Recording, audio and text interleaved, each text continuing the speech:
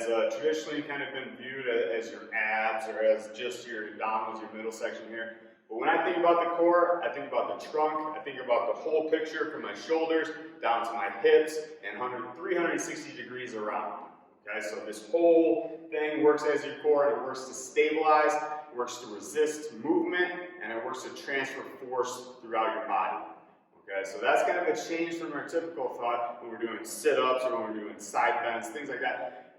Those aren't how the core is actually used during sport. Our core is actually used to stabilize, to resist movement, and then to transfer force from our foot, whether we're throwing a baseball, we transfer force through our core to our arm. We do other things like jumping where we're transferring force, how much stability can I have in my core?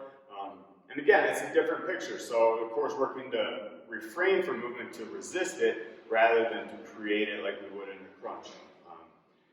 And so training the core has to kind of reflect those changes in thought, right? So we want to stabilize our core. That's best done intimately with your breath. So I take a big breath in, kind of puff the belly out, okay? And that creates a lot of intra-abdominal pressure, which is the best way to train your core.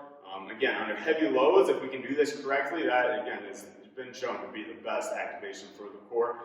But we can do it other ways too, like resisting movements, like anti-rotation, so fighting rotation, anti-extension, things like planks and dead bugs. Again, exercises that challenge our core to maintain in a consistently strong and stable position.